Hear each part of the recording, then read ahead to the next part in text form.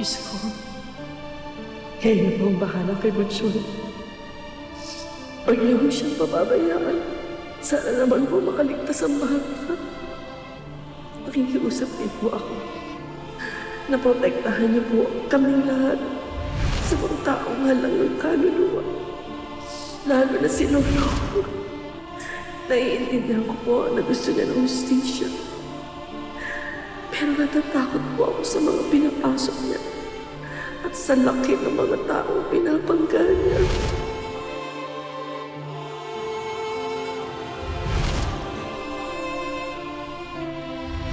Siya naman.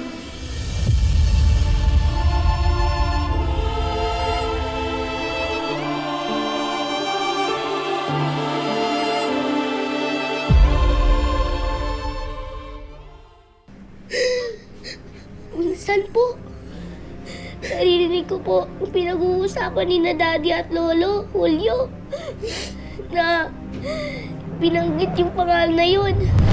Lolong, ngayon din binanggit niyo.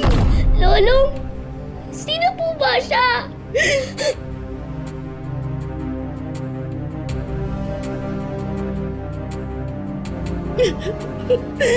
Anak! Si Lolong,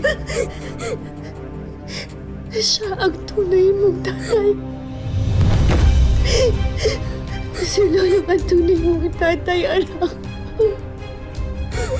Pero, si Daddy yung tatay ko.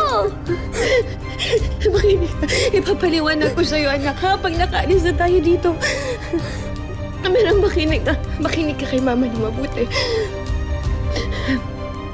Huwag ka nang magtitiwala sa Daddy Ivan mo. Ha? Naintindihan mo ba si Mama?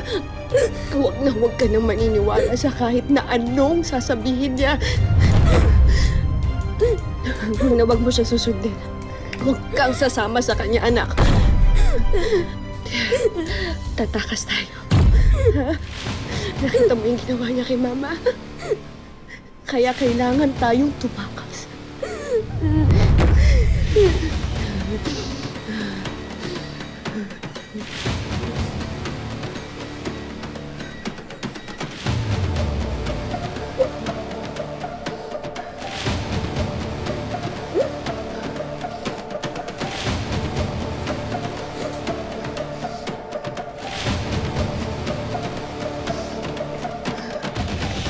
Tatakas tayo. Tatakas tayo. Tatakas tayo, anak. Tatakas tayo.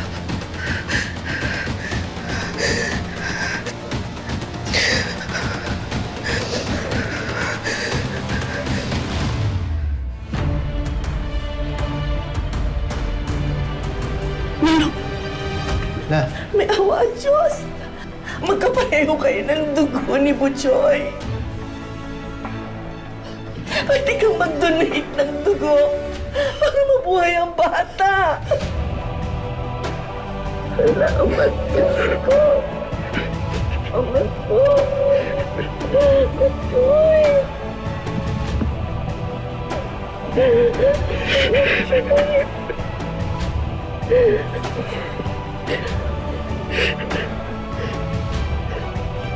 Salamat sa Diyos.